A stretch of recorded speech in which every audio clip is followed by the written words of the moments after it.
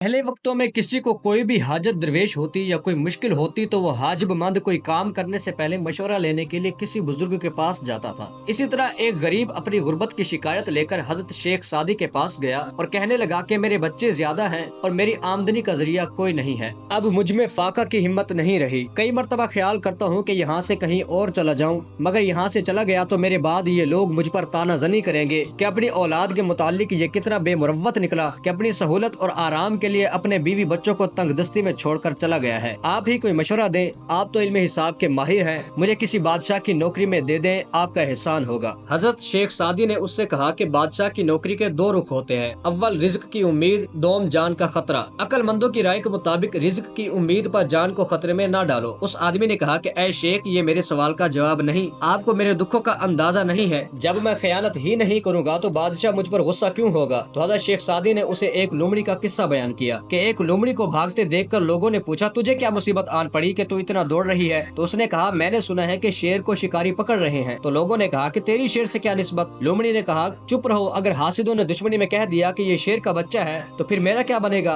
और मुझे कौन छुड़ाएगा। ऐ दोस्त, बेशक तू ईमानदारी के साथ काम करे, मगर उन हासिदों का क्या जो बादशाह के सामने तेरी झूठी शिकायत करेंगे। तेरे हक में कोई बोलने वाला न होगा, लिहाजा तेरे लिए बेहतर है कि तू रूखी सूखी खाकर गुजारा कर ले। बादशाह की मुलाजमत का ख्याल दिल से निकाल दे। शेख सादी की बातें सुनकर वो शख्स गुस्से में आ गया। चुनाचे शेख सादी ने उसको बादशाह की नौकरी में दे दिया। वो गरीब कुछ अरसे में अपनी मेहनत और काबिलियत की बदौलत तरक्की करता हुआ एक बड़ा अफसर बन गया। और फिर एक वक्त ऐसा आया कि वो बादशाह के खास मुकर्रब बंदों में शामिल हो गया। फिर कुछ अरसे बाद हजरत शेख सादी कुछ दोस्तों के साथ हज के लिए चले गए। जब हज की सादत से वापस लौटे तो वही आदमी फिर फटे पुराने कपड़ों में था। उसकी ये हालत देखी तो शेख ने हैरत का इजहार किया और पूछा कि तेरे साथ ये क्या हुआ है। तो उसने कहा कि आपका कहा सच साबित हुआ। मेरे हासिदों ने मुझ पर खयानत का इल्जाम लगाया और बादशाह ने सही मानों में तफ्तीश नहीं करवाई। मेरे तमाम रुफका और साथी सब सच बोलने से डरते थे, लिहाजा खामोश रहे।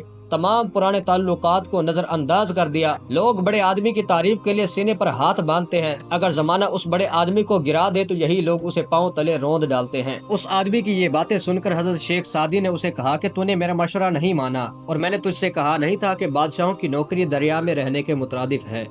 इस कहानी से हमें भी एक सबक मिलता है, वो ये है कि जब इंसान किसी मुश्किल में हो तो दानिशमंद और तजर्बाकार अफराद से मशवरा करना बेहतर होता है, लेकिन मशवरा लेने के बाद उस पर अमल करना भी जरूरी होता है।